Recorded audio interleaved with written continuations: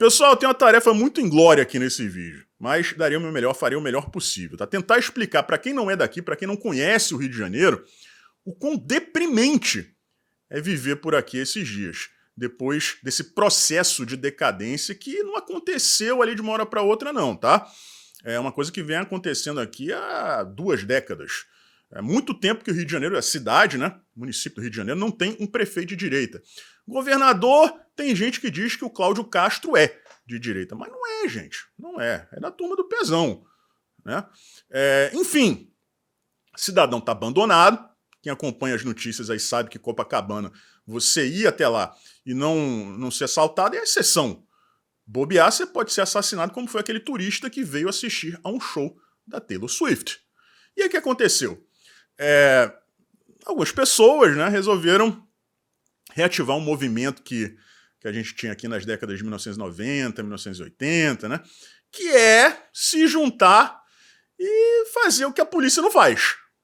E o desesperador vai dar certo, vai funcionar, mas os justiceiros sociais, a começar pelo ministro, né, dos Direitos Humanos, essa turma vai melar.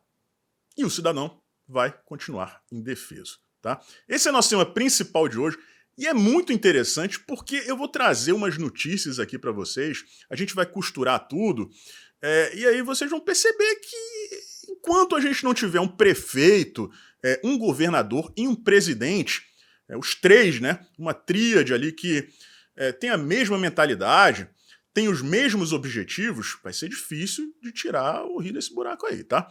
Mas antes, vamos começar aqui com um subtema que, na verdade, até se confunde com esse, né? Porque a questão da impunidade, né, o exemplo que vem de cima. O Gilmar Mendes, ministro do Supremo, disse que o Fernando Henrique Cardoso e o Lula são os grandes estadistas do século, né? Ou dos últimos tempos aí do Brasil. Lula que é um ex-presidiário, gente. Foi preso, condenado em 3 instâncias por unanimidade, por corrupção, né? Foi solto por conta de um CEP, né? Foi descondenado. É um cara que toda vez que sai do Brasil envergonha o país. Hoje ele estava falando a respeito do Vladimir Putin, né? Se ele viria ao Brasil para um evento que está chegando, o BRICS. E ele não fala lé com cré, ele diz, isso é um problema da justiça. Né? Não sou eu que tenho que decidir se a justiça está certa ou não. Eu obedeço ou não. Né? O Putin vai ser convidado, mas ele tem que saber. Mas ele diz mais ou menos assim, ele sabe onde o calo dele aperta. Né? É isso. Né? E assim, não faz sentido nenhum o que ele disse. Ele mais ou menos disse, ele vai ser convidado. Eu não tenho nada a ver com condenação do Tribunal Penal Internacional. O Brasil é signatário, mas eu vou convidar. Se ele quiser vir, né, talvez o Brasil tenha que cumprir com a sua obrigação, que seria o quê? Prender o Vladimir Putin, ou então, né, sair do acordo.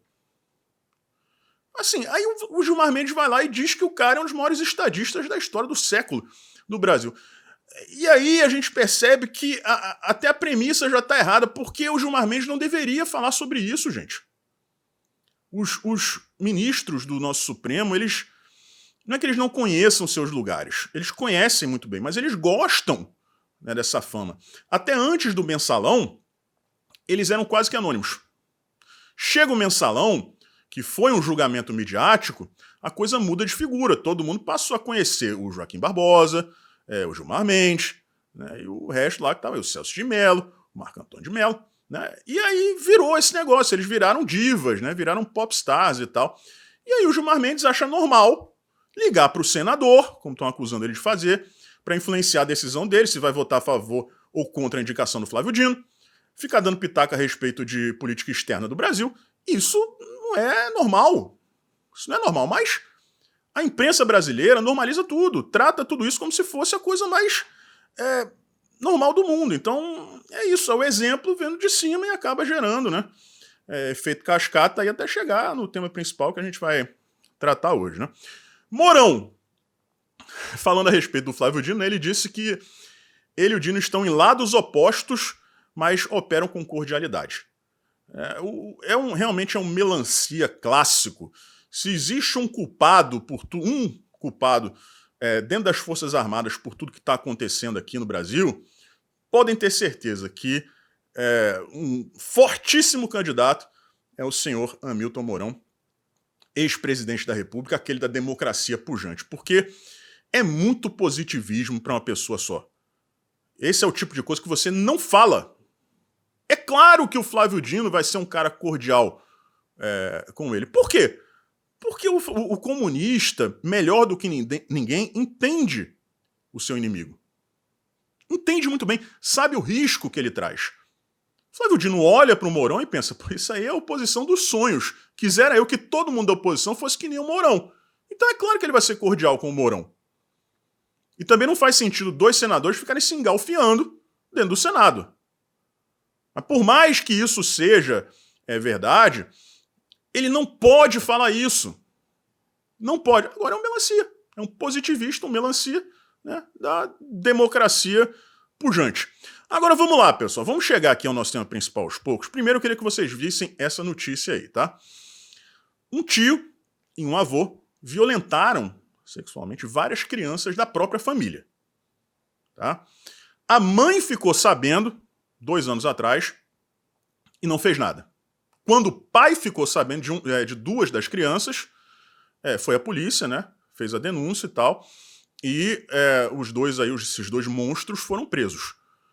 Porque além de você ser o pedófilo, né, você ainda abusa da confiança do teu sangue, né, da confiança orgânica que você tem por ser pai. É um avô, gente. Um tio. Eu olho para os meus sobrinhos, eu não tenho filhos infelizmente ainda, mas eu olho para os meus sobrinhos e eu não consigo imaginar, espero descobrir um dia, como é amar mais do que eu amo meus sobrinhos. É um sentimento paterno da minha parte. E na minha família inteira é assim. Assim como a gente olha para primo e enxerga irmão. E aí vem monstros como esses e abusam dessa confiança para cometer esse tipo de monstruosidade. Né? Eles já tinham passagem na polícia? Não, mas é só questão de tempo para serem soltos. Eu vou provar isso para vocês agora. Alguém tem dúvida de que esses dois vão voltar a cometer esses crimes? Talvez não dentro da família, mas vão cometer. Tá? Por quê? Porque existe a impunidade. Vejam essa outra notícia aí. Eu não vou trazer o vídeo aqui, primeiro, por questões de direitos autorais, eu acho que é de extremo mau gosto também, apesar de não ter nada explícito. Tem uma imagem de um pedreiro levando uma garotinha de 14 anos de idade que estava desaparecida, o corpo dela foi encontrado depois no terreno baldio, e este pedreiro violentou e assassinou essa menininha de 14 anos. Tá? Ele foi identificado por conta, né, graças a essas imagens de vídeo de uma câmera de segurança. Agora o detalhe. Ele já tinha passagem, né, já tinha sido preso, por fazer a mesma coisa com a enteada de 15 anos. E estava solto. Mesma coisa que eu falei para vocês ontem, né, a respeito do caso dos pais que queriam violentar um bebê, o próprio bebê de 1 ano de idade. Tá? E o homem, né, o pai da criança, estava solto, mas, né, já tinha cometido o mesmo crime anteriormente. E assim como vários outros casos que eu tenho trazido aqui para vocês. Tá? Se esse cara tivesse sido punido exemplarmente, se estivesse na cadeia, é claro que muita gente, eu não vou dizer aqui o que eu penso, vocês devem imaginar, né? Muita gente defende a pena de morte, mas eu acho que, no mínimo, esse cara não pode viver em sociedade. Não é para punir, é para evitar que ele volte a cometer o mesmo crime. Por quê? Porque se ele for solto, ele vai fazer. E acabou de fazer. Então, tão culpado quanto esse vagabundo é, primeiro, o legislador, segundo, os atuais legisladores que não permitem que o Código Penal seja revisto e o judiciário. Porque o juiz que solta um cara desse é tão culpado também quanto o próprio estuprador. Alguém tem dúvida disso? Eu vou falar uma coisa que eu sempre falo aqui para vocês. Se o criminoso fosse vizinho dele, do próprio juiz, né, ou de alguém da família do juiz que tivesse criança ali, né, alguém que fosse colocado em risco caso esse homem estivesse por perto, vocês acham que o juiz teria soltado o cara? Claro que não. Existe a possibilidade de você segurar o cara? Existe. Existe. O cara oferece um risco à sociedade. Ah, mas ele cumpriu todas as previsões legais, né? Progressão de pena e tal, que é um absurdo, tem que acabar, mas existe hoje em dia. Mas tem como você segurar. Óbvio que tem como você segurar. Mas não, o cara acha por bem soltar para se livrar do problema. Tá aí, a morte dessa garota tá na conta do juiz também. Ninguém sabe o nome dele, ninguém vai ficar sabendo, e fica por isso mesmo, o cara finge que não é com ele. E se tiver um caso parecido semana que vem, o cara vai tomar a mesma decisão. Enquanto a gente não mudar isso, esse cenário de impunidade, essas penas brandas, né, essa bandidolatria que impera no Brasil, muito difícil você mudar. Temos um presidiário na presidência que é elogiado por um ministro da STF. Tá? Agora chegamos aqui ao tema principal de hoje. Pessoal, esse ano a gente já teve um aumento de mais de 20 e poucos por cento, mais de 20% no índice de criminalidade na zona sul aqui do Rio de Janeiro. É a sensação de impunidade, né? E como eu disse aqui, é o exemplo que vem de cima. A gente tem um presidente que é um ex-presidiário. Né? E as notícias que a gente vai vendo na televisão são sempre em favor dos criminosos, o cara sendo solto, o juiz mandando soltar. Né? E aí os caras pensam, pô, se é assim, vamos lá, vamos cometer crime. Não tem polícia. O policial tem medo de fazer alguma coisa comigo, porque ele sabe que se fizer alguma coisa comigo vai ser processado por alguma entidade de direitos humanos se bobear o ministro Silvio de Almeida. Então vamos embora. E aí os índices dispararam em 2023.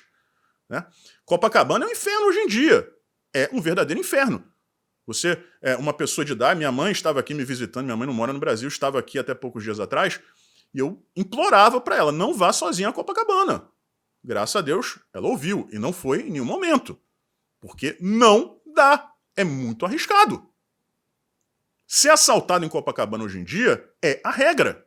A exceção é você ser uma pessoa de idade, uma moça jovem, frágil, uma criança. A regra é você ser assaltado. Final de semana, então, pelo amor de Deus, é um milagre isso não acontecer. Né?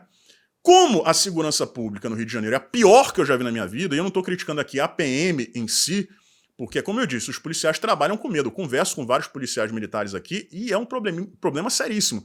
O mesmo vale para a Polícia Civil. Guarda Municipal do Rio de Janeiro serve para nada. Eles passam o dia olhando para o celular. São inúteis, literalmente. Eles só servem para ir lá tirar mercadoria de ambulante. Isso aí, eles são excelentes para fazer isso aí.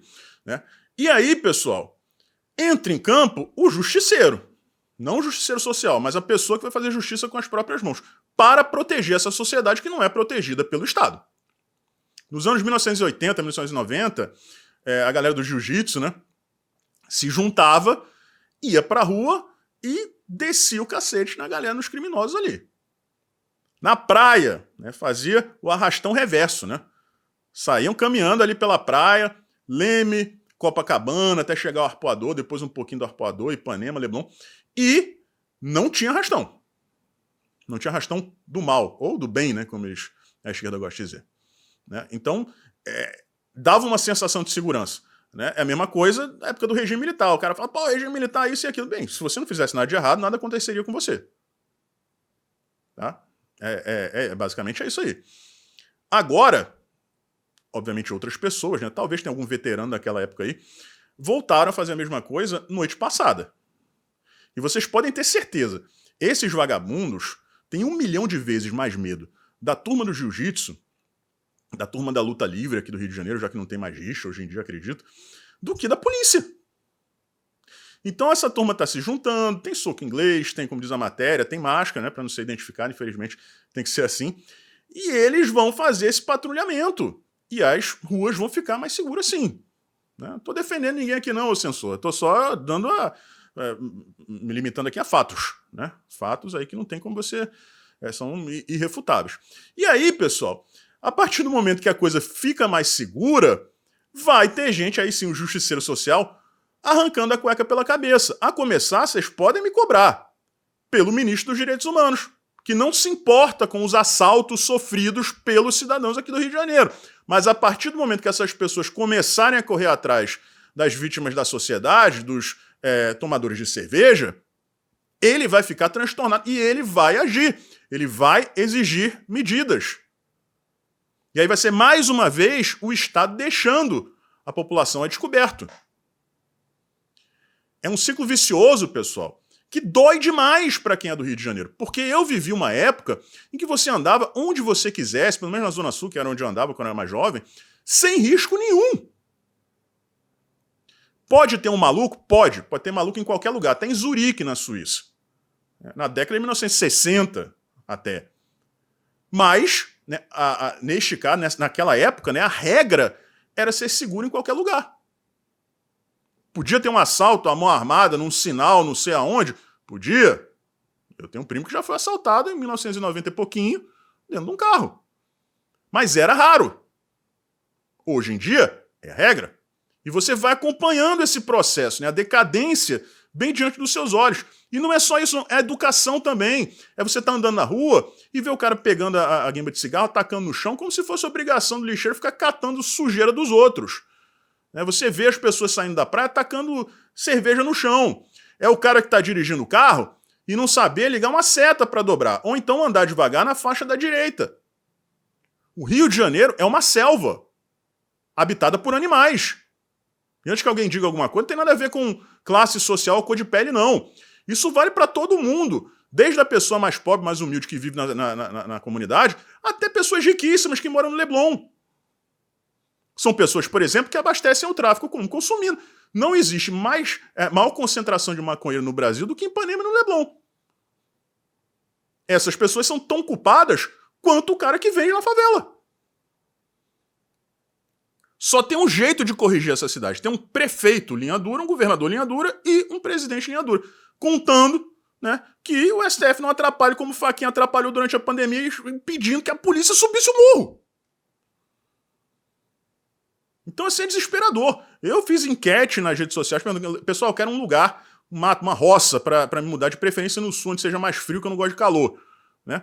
E todo mundo apoia. As pessoas que já vivem nessa situação dizem, pô, é bom demais, vem para tal cidade, tem outra cidade aqui. As pessoas que não vivem ainda, a imensa maioria diz, eu queria fazer isso também. Eu não posso fazer isso hoje. Talvez pudesse se o Alexandre de Moraes não tivesse me carcado, sem nenhum motivo. Mas é isso, galera. É isso, tá? Então, vocês devem saber a minha opinião, o que eu acho a respeito dessas pessoas que estão fazendo isso, né? Acho que eu não preciso falar, nem devo falar, mas eu tenho certeza que vocês sabem. E eu quero ver agora a reação da esquerda. Porque as críticas já estão aparecendo. Não pode fazer isso, uma coisa não justifica a outra. Um crime não pode ser cometido para corrigir outro crime.